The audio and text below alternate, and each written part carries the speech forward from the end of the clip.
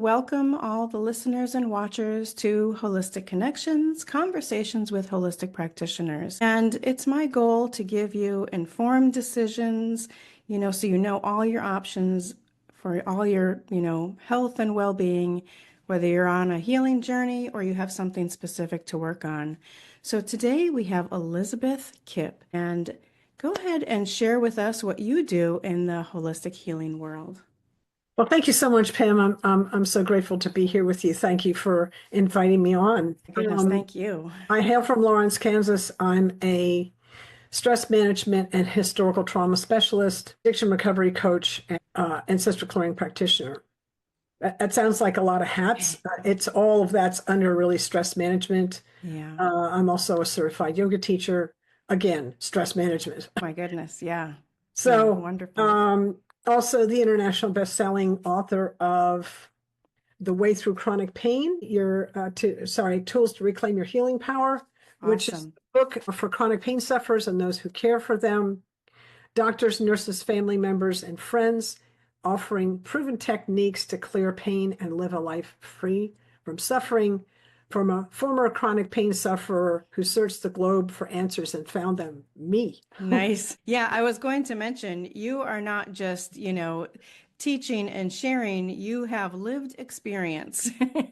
I do. And so you have a lot to offer when it comes to, especially with the chronic pain. And so, yeah, if you could explain a little bit about that, the different things that you do. Well, I think, thank you so much. I think the first thing that I'll bring in is to clear up what chronic pain is, because most Yeah. people think it's just physical, but actually, Mhm. chronic pain is any pain that's felt 15 days out of 30 for 3 months or more. Oh, okay. Any pain, physical, mental, emotional, spiritual, financial, it all sends the same signal to the brain, hurts. Wow. So the brain can't tell the difference between a grief experience and a broken bone, Wow. for instance. Yeah. So that puts a little bit different light on it for people. And Absolutely. also Yeah. emotional pain can journal over into physical pain and vice versa. Yeah. So the brain only sees it as a signal it hurts, and our cognizing of it, it creates a lot of confusion in the brain. Yeah. Can get confused too. So how is it different from acute pain? Right? Acute pain is it's related to the stress response. We have a stress response. We have or perceive a threat in our environment. The stress response goes whoop into the on position in the nervous system. There's a lot of psychology and physiology that rises for us to meet the threat. We meet it, and then the stress response goes back into the off position. Yeah. So that would be acute pain.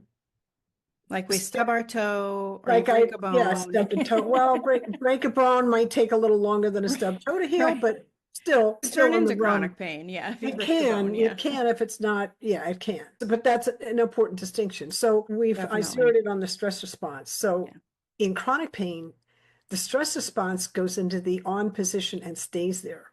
It gets stuck. Mm. So it gets out of balance. So we're always looking for the threat. We're hyper vigilant. We're generally in that fight, flight, freeze, shutdown. Yeah. One of those. People Yeah. pleasing, some of that. One of those things. It's all predictable. It's just which strategy are we going to use? Yeah. And so that's one thing. The stress response gets stuck in the on position. And the other thing is that the way that shows up in the brain is that we get confusion and we get increased negativity. So we already have, as Yeah. most people know, we already have a negative bias. Right. When something new comes in, we're like, no, right? Right. We And then resist that newness. Yeah. yeah, that's really kind of, evolution wise, that keeps Mm-hmm. us safe in the world. So Right. something new, we're cautious. That's Yeah. natural. In chronic pain, that gets accentuated, and our pain experience becomes you're bad, it's bad, Mm. they're bad, I'm bad. Yeah. Like Everything negative. Yeah. there's a lot of, and creates that we can get addicted to stress. So that Mm-hmm. can create an addictive cycle. People can be in chronic pain just on a stress cycle and not realize they're in chronic pain. Yeah. Just Yeah. kind of addicted to constantly being Right. on the go kind of thing. Yeah. Yeah. Yeah, So there's people that really avoid it by staying busy, just avoiding it, ignoring it, hoping it goes away, or not really accepting or acknowledging pain either. And it can change their whole life.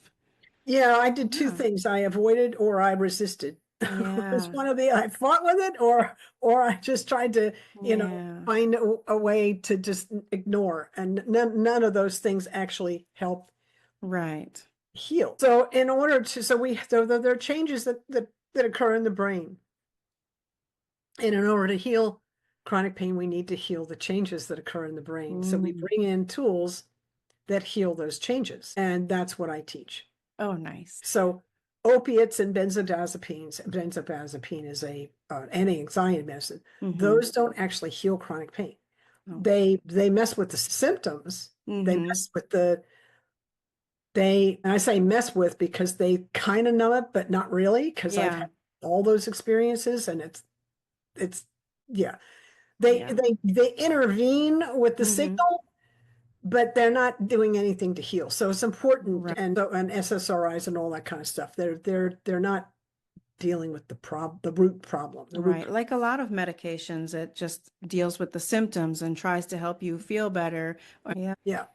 So that's why yoga, that's why ancestral clearing, that's why the the various different tools that I use work because they're all addressing healing the changes in the brain because of chronic pain Yeah. Healing on a deeper level. Yeah. at the Yeah. That root. makes sense. Yeah, at the root level. Yeah. Yeah. Nice.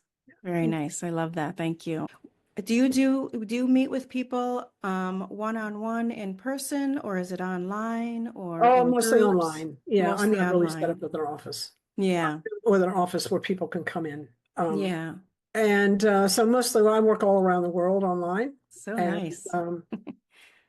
sometimes I meet people in town and I do group events. I Oh, do nice. events in the Yeah. Kansas City area when we don't Great. have Right, COVID. right. I do events. And I'm also part of a sound healing group Oh, I love um, that. based on Lynn McTaggart's a group of 8 intentional work that she did. Oh, She's a researcher that did scientific studies on the power of intention. She's got a book called I. Power of Intention. And she discovered that when people of 8 or groups a size of 8 or more collect together, the effect is more powerful than if it's less than 8. So interesting. So interesting. I wonder why that is. Well, 6 or 10. I have a science background and I would like to know the exact mechanism in the brain Yeah. happening with the group think, all that. So interesting. I can't tell you that. The other thing that's interesting about her work is that when a group of 8 sits with a person who's not well and they're intending healing in their direction, it's interesting because the science is showing that the person gets healed, but so do the people doing Yeah. the intending. Yeah, so that's something too with a lot of healers and helpers in the world, especially people who have the lived experience and who have been through things and then go on past that once they are healed to help heal others.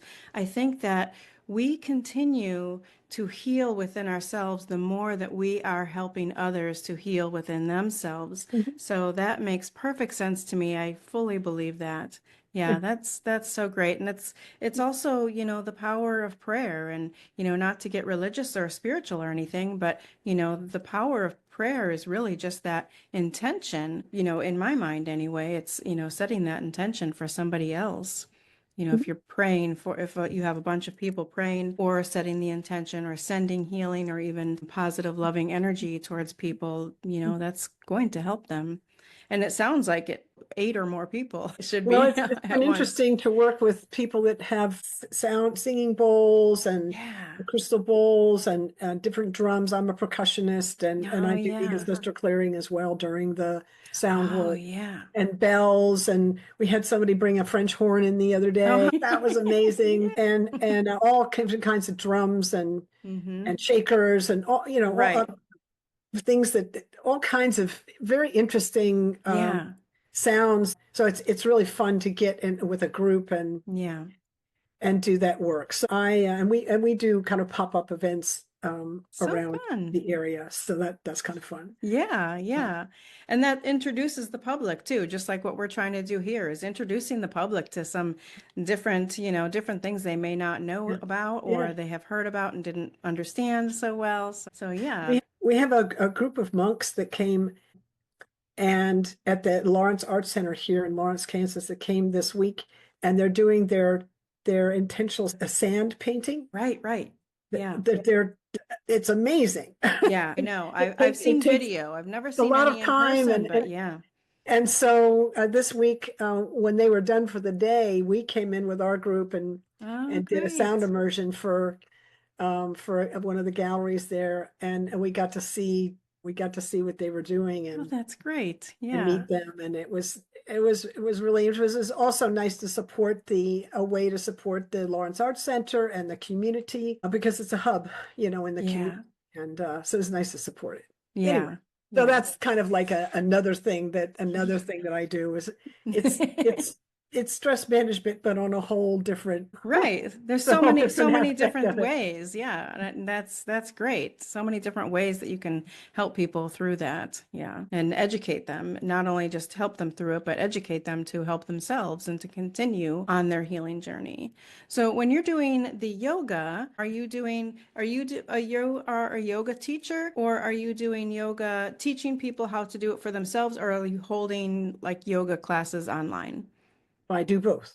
You do both. Okay. Absolutely. Yeah, my preference is to, yes, take people through a practice, but I want them to leave empowered. Yes. I want them to leave with to take this with you when you go off the mat. So Absolutely. you've got out as a tool to help you manage your stress. Absolutely. Yeah. Yeah, so I kind of do both. And Great.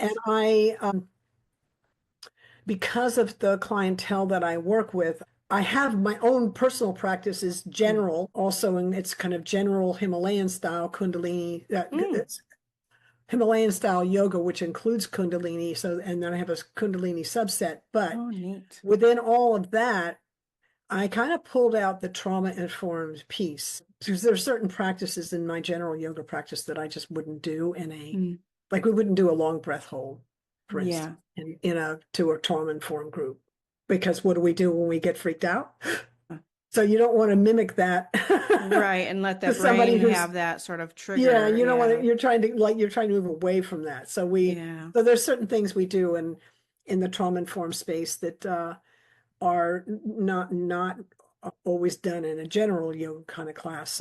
Yeah. I teach mantra. It's another really important part Mm. of healing. So not just sound from instruments, but from focused Within instruments, yourself. but sound, but our own. Yeah, the most healing sound in the universe is the sound of our own voice. You can sing on key or not. It doesn't Right. matter. It matters that it's your voice. Yeah. Yeah, Yeah. and the vibrations we make within us. I mean, I think that has to have, the music coming from the outside does have the healing properties with our physical self and our cells, but the our own sound coming from within us, that has to be very healing Oh, in a way. absolutely. Yeah, Yeah. Well, yeah. that's stimulating the vagus nerve Mm. that goes into all the organs and the face, and So it's our much. social engagement system, but it's also our threat assessment system. So when we get dysregulated and like hypervigilant, like we talked about, we can bring in mantra to retrain the nervous system, to calm, we're bringing calmness into the vagus nerve and we're retraining the nervous system. If we have an old trauma we haven't resolved, Yeah. and something happens in the now that Mm-hmm. relates to that trauma, Yeah. now we're back in that version. Right. Sort of And if that we trigger can, response. Yeah. yeah, I'm hesitant to activate it. I hesitate Yeah. that word trigger, but people know it. Okay. Activated. Yeah, we get quite activated. Yeah. And begin to modify that and shift the nervous system into a new way of responding is to bring in a long, deep breath, for instance, as a response to, oh, I'm doing this, and now we Yeah. bring in a long, deep breath, and we calm the nervous system so that the next Yeah. time that stimulus comes around in the environment, we may still get activated, but the amplitude isn't as high and it doesn't last Mm-hmm. long. Yeah. Right. Yeah. So we're gradually retraining the nervous system to ultimately to be neutral to that stimulation in the future. If it's not relative, Um, then provided it's not relevant, like it's not an actual threat. right? Yeah, right, right. Yeah. Yeah, yeah. We do have to keep aware still. Yeah. So one of the things I do in terms of when I teach mantra is I do an ancestral clearing first Mm-hmm. to help with anyone who's got blocks with their voice that came Mm. from their past, either in their own past, in this lifetime, or in Yeah. their lineage. And then we start teaching how to position the body to vibrate the sound effectively. Nice, nice. So, do you want to talk a little bit about the ancestral Yeah, clearing? I'm sure there's people that have never heard of it that might be right, listening. right. And if you could give a little explanation, you want to Sure. talk a bit? Ancestral clearing is was pioneered by a man named Howard Wills, Mm-hmm. who lives in Kauai, Hawaii. And you can look him up online, howardwills.com. And then was further developed and is taught by John Newton of healthbeyondbelief.com.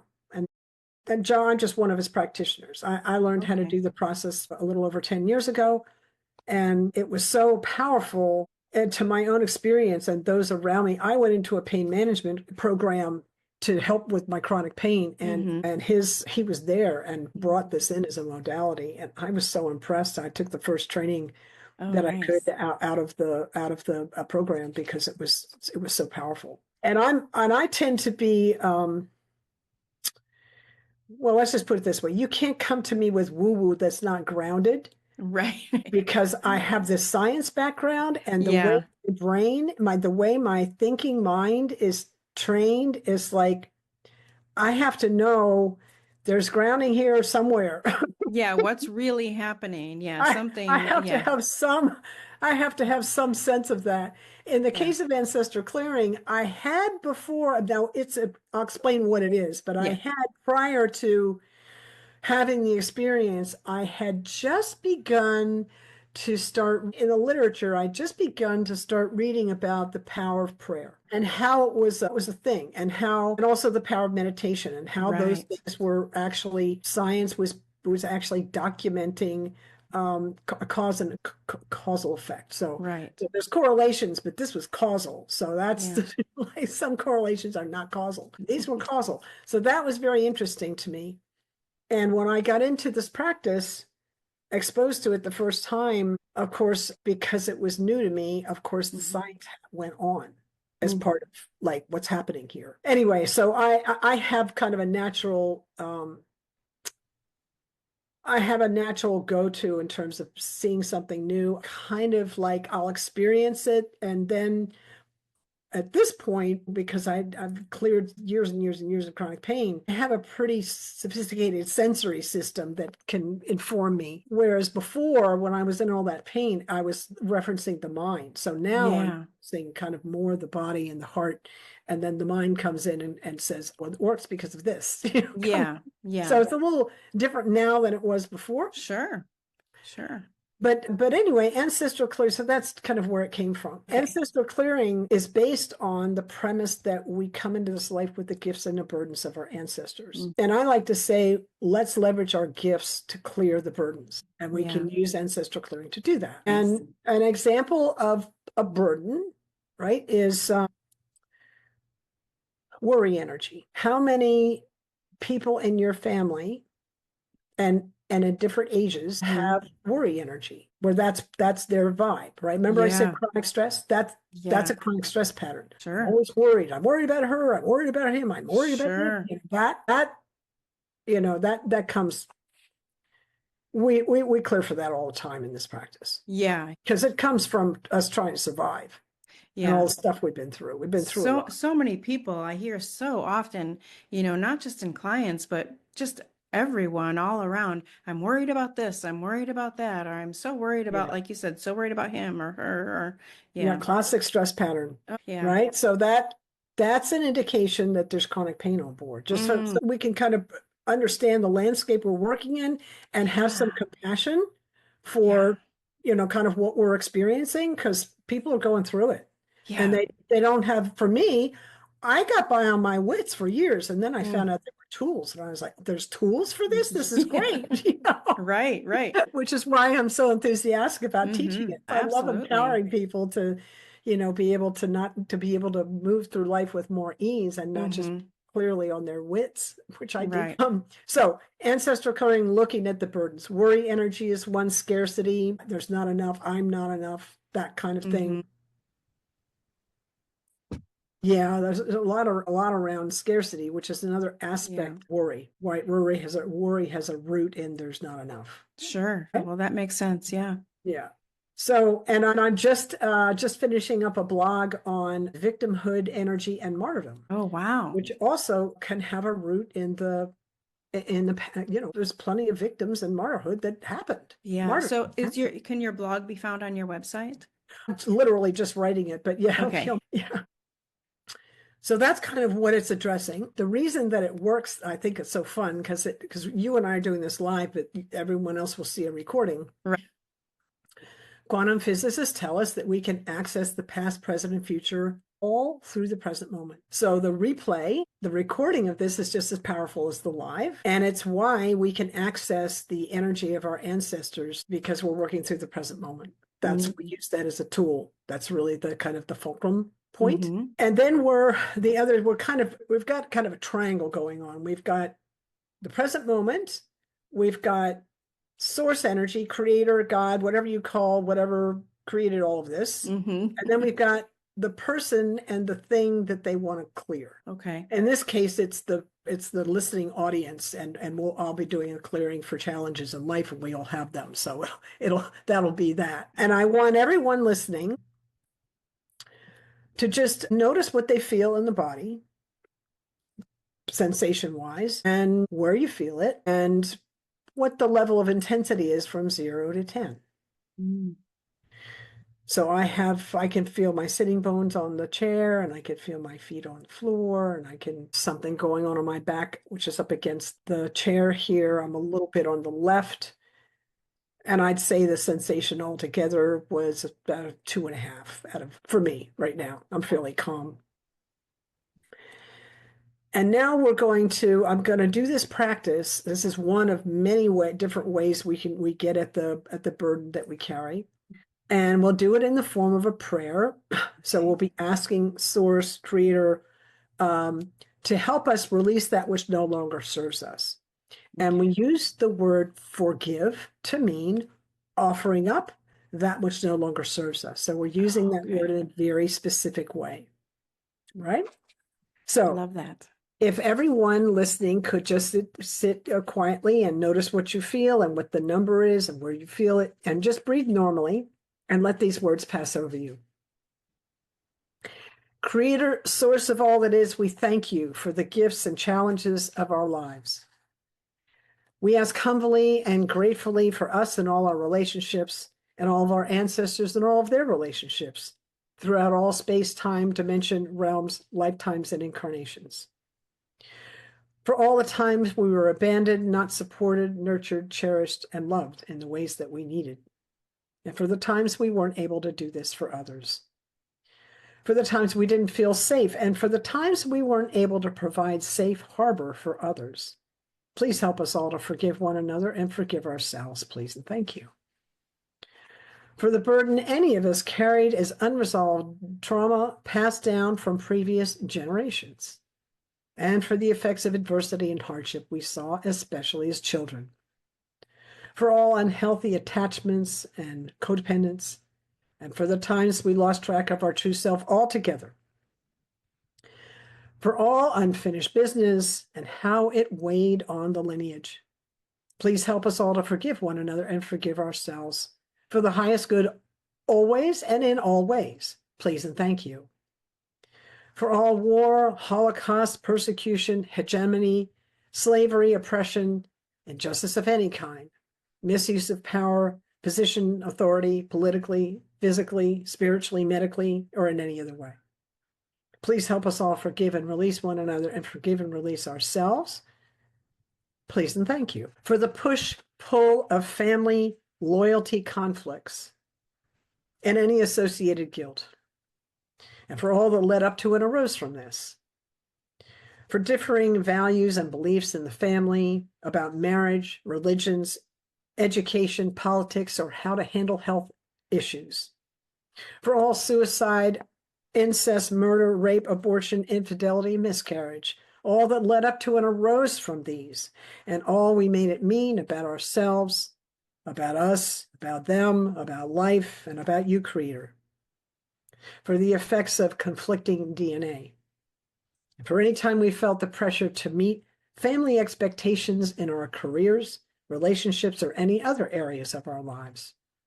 Please help us all to forgive each other and forgive ourselves and everyone involved, either directly or indirectly, please and thank you.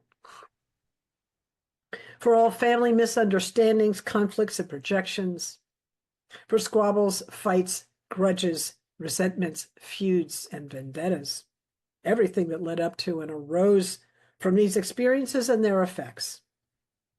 For any time anyone had to go against their gut feeling, especially in war, and how that affected them and their relationships.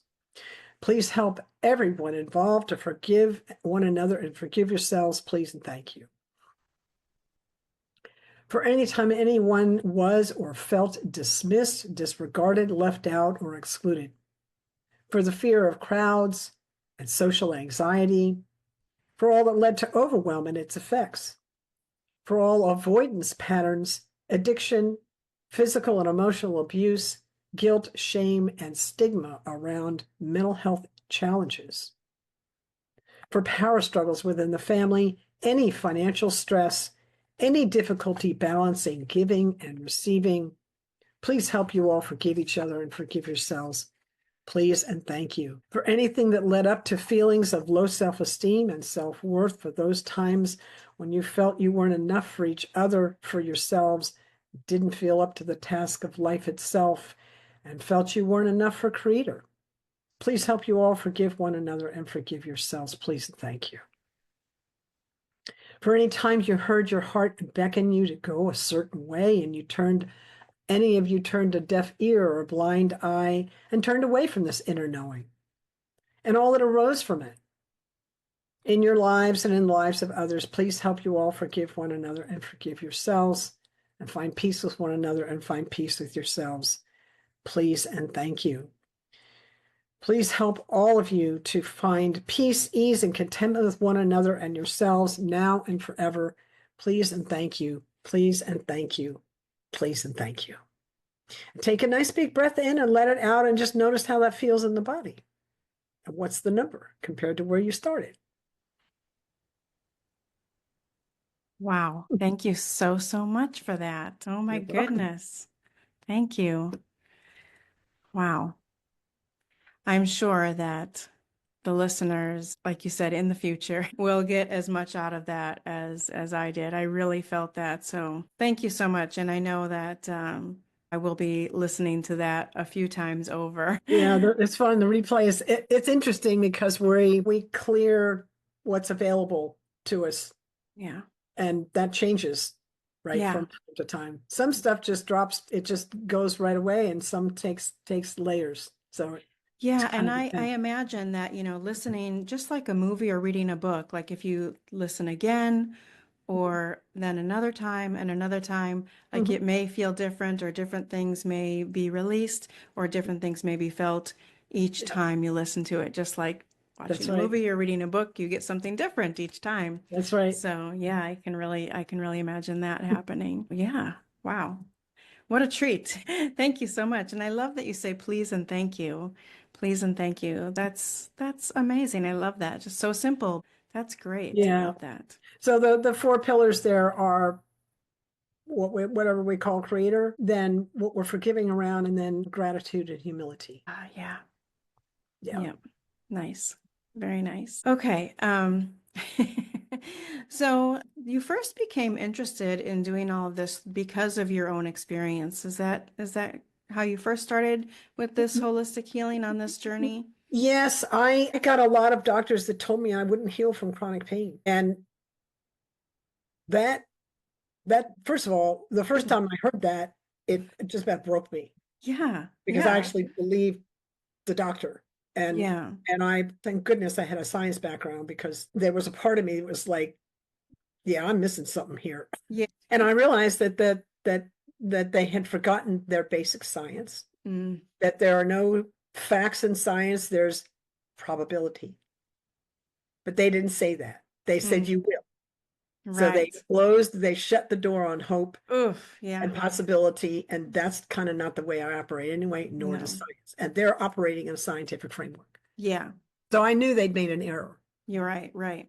And I also knew that they were, again, viewpoint was stuck in a self-limiting framework because Sure. science is self-limiting by definition. It can only comment on that which it can observe, measure, or describe. But we live not just in the science part of the world, we live in the all that is. And so we heal in the all that is. And I knew I was going to have to look not just in the science, but outside of that. So Right. that was really what the core of my journey. Yeah. More holistically, not just one path. Yeah. Love Well, if that. science hasn't discovered it, it doesn't mean it's not theirs. Absolutely. Yeah, for sure. Is there anything coming up on the horizon? Anything new that you're working on that you want to tell people about?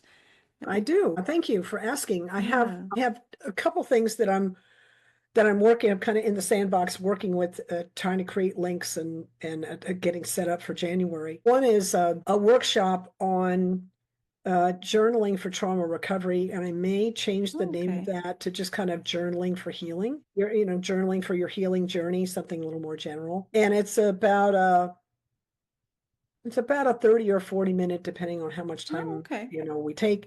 Um, just bring a pen and paper, and it's a class that I teach, and I ask certain questions, and it's a great class. I've already taught Yeah, it a few times, and people are like, oh my goodness, this is great. I bet. Yeah. So the thing about journaling for me, and the reason that I'm creating this was it's a beautiful tool for processing what we're going through. Yeah, absolutely. And one of the things that was interesting for me was I was trained as an editor. That's Mm, important. I was trained as an editor and a science writer and and kind of a report writer. yeah. I knew how to write, Yeah. but when it came to doing processing my healing stuff, Mm-hmm. I had to take my editor hat off. And just No let it editing in go. the, and I had to, yes, reporting is one way of journaling. We would call that Mm-hmm. narrative, right? So I was great at the narrative. Like, yeah, I can report on my experience, but there's also expressive journaling, Yeah. which is, kind of like this is what I'm feeling and Mm-hmm. stuff around that. And that was something I had to kind of develop. And what Mm-hmm. was interesting was my self-esteem at that point, just because of the stuff that had happened and the meaning I made of it, was pretty low. And even though I had all this, I mean, like I got hired for train, I got hired to write. So I mean, Mm-hmm. it's like, I knew that I could write. This space, This was I different. was shaking in my shoes, and I felt that sense of lack of safety. So I created this workshop to help people. These are the things you need to create a sense of safety so that you can actually feel safe enough to write whatever it is. Right. Yeah.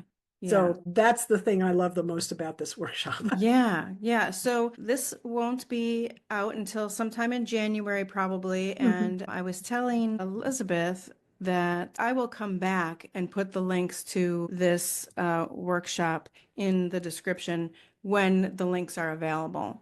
Yeah. Awesome. Thank you. Yeah, So yeah. I'm going to do that. And then I've got so that'll be an evergreen product. That'll be just, you can just Okay. always go after that. Nice. I have another course that I offer that's evergreen called the Foundations of Recovery, which Okay. is an 30-minute module Okay. course. It's a lot. 6 of them are yoga classes that's very targeted for trauma Mm-hmm. recovery. And they were so that I've got that. I give you that link. And then the other Okay. thing I'm doing in January is I do online group ancestral clearings. Oh, nice. Yeah. And I did one in November on like All in the Family. Okay. And I did one the month before that one on the mother wound. Oh, okay. And this January, I'm going to do one on the feminine rising. Okay. So we'll be working on the things that are kind of the historical remaining imprints that we might Mm-hmm. have that are keeping us from rising into our full potential. That'll be what that workshop is about. Nice, nice. Yeah. Okay. So we'll have all the links below, and when new ones come available, I'll put them in there as well. And hopefully people will be watching this later too, come upon this. But also, if you could tell everybody where they can reach you and what the best way is to contact you and all of your socials and your website, if you Oh can my give all that goodness. Yeah. information. Hopefully we can put those in the show notes. We absolutely will. Yeah. Yes. You can find me at my website, which is my name, Elizabeth Kipp with a hyphen. So Elizabeth with a hyphen Kipp.com, Okay. Kipp, like Peter Pan. You got to put the Okay. hyphen in order to find me. Otherwise, you'll find the other Elizabeth Kipp, who's a web designer Okay. and a photographer. She's amazing, but she's not me. Although she's not you. Yeah. Elizabeth-Kipp.com, and you'll find me. And all my social medias there. You can contact me through the website. You can book a session through the website. You Oh, can book a nice. free, a 15-minute introductory session with me. And there's lots and lots of free resources site. Yeah. So Yeah. Yeah. So we'll absolutely have all of those links in the description, in the show notes down below. So is there anything else that you would like to share or make sure that people know about you or about what you do before we go? well, I'd like to share something that I'd like them to know about themselves, Okay. actually. Yeah. Great. The greatest healer in your life lives within you. Hmm. It's not in the doctor or the healer. The doctor and the healer are guides, Yeah. guiding you, helping you create the optimal conditions for the inner healer to actually do the healing, right? So a doctor stitches up a wound and sets a bone, but it can't tell the body how to heal. Right. Only the body knows how to do that. Body But does that on its we own. Yeah. tend to be, I know I was, and many people that I work with are oriented externally. So we get sick, where's the doctor?